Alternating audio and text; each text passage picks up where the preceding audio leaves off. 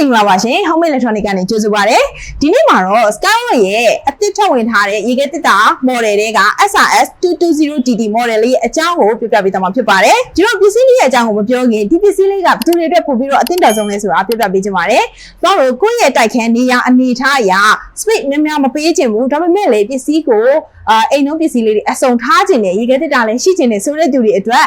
SRS 220DD လေးကအသင့်တော်ဆုံးဖြစ်ပါတယ်သူ့ရဲ့ site လေးရဆိုလို့ရှိရင်အမြင့်ကတော့9ပေရှိတယ်အလျားကတပေခွဲအနံကတပေနဲ့8လက်မရှိတဲ့ site လေးပဲဖြစ်ပါတယ်ဒီလို့ရှိရင်သူကလီတာအနေနဲ့ဆိုလို့ရှိရင်တော့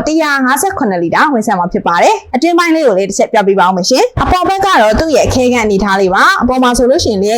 speed ကိုဘေးဘက်မှာကျင်းထားပြီးမြဲအတွင်းထဲမှာမြများဆန့်အောင်လို့ရှည်လေးပြုလုပ်ပေးထားပါတယ်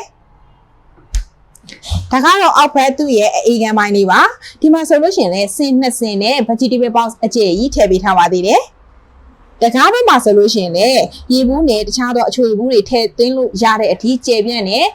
စင်2စင်ထပ်ပြီးတော့ထည့်ပေးထားပါတယ်ခုလိုမျိုး Skyway ရဲ့ရေခဲတစ်တာလေးကိုစိတ်ချလက်ချနဲ့အသုံးပြုနိုင်အောင်အာမခံနည်းနဲ့လည်း3နှစ်ပေးထားပါသေးတယ်ပထမတစ်နှစ်ကတော့ဆက်ရဲ့ error change တွေအတွက်ပစ္စည်းမှုလက်ခအခမဲ့ပြုပြင်ပေးတာဖြစ်ပြီးတော့ကျန်တဲ့2နှစ်ကလက်ခမဲ့နဲ့ပြုပြင်ပေးသွားမှာဖြစ်ပါတယ်ဒီတော့ Skyway ရဲ့ရေခဲတစ်တာ model အသစ်လေးကိုဝယ်ချင်နေဆိုရင်တော့ Home Electronic ရဲ့ showroom တွေအားလုံးမှာလည်းရရှိနိုင်တယ်လို့ Home Electronic ရဲ့ online ကနေလည်းဆက်သွယ်ပြီးတော့မှာယူနိုင်ပါပြီရှင်